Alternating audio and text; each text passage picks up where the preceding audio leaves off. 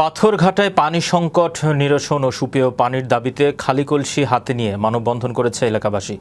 আজ সকাল 11টায় বরগুনার পাথরঘাটা উপজেলার উত্তর কাঁঠালতলী ইউনিয়নের ১ নং ওয়ার্ডের কয়েক শতাধিক মানুষ সুপেয় পানির দাবিতে মানববন্ধন করেন।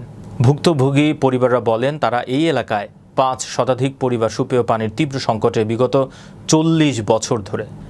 নিরাপদ পানির জন্য বিভিন্ন জায়গায় সরকারি পুকুর থাকলেও তাদের এলাকায় নেই সেই ব্যবস্থাও।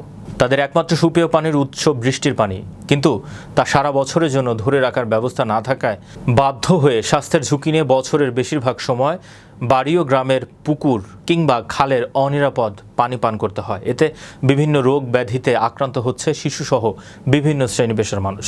সরকারের কাছে এলাকাবাসীর দাবি, প্রতি ঘরে টাঙ্কির ব্যবস্থা করা হলেও যাতে তাদের এই সমস্যার দ্রুত সমাধান করা হয়।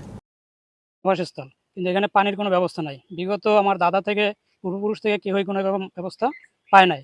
আমরাও এই একই রোগে ভুগতেছি। তো অনেকেই শুনছি হয়তো নির্বাচন আসলে রাস্তা বলেন বা পানির ব্যবস্থা করবে, কিন্তু নির্বাচন যাওয়ার পর কারো কোনো খবর থাকে না। তো আমরা এই জন্য দাঁড়াইছি যে আমাদের তো ১ থেকে ১.৫ কিলোমিটারের ভিতরে, মানে ১ থেকে ১.৫০০ লোকের আবাসের ভিতরে স্কুল আছে ৪টা, ৫টা স্কুল আছে প্রাইমারি স্কুল সহ। আমার আর পিছনেই একটা মাদ্রাসা আছে, যেখানে ছোটো ছোটো এই যে সাইডে দেখা যাইতে বাচ্চারা আছে।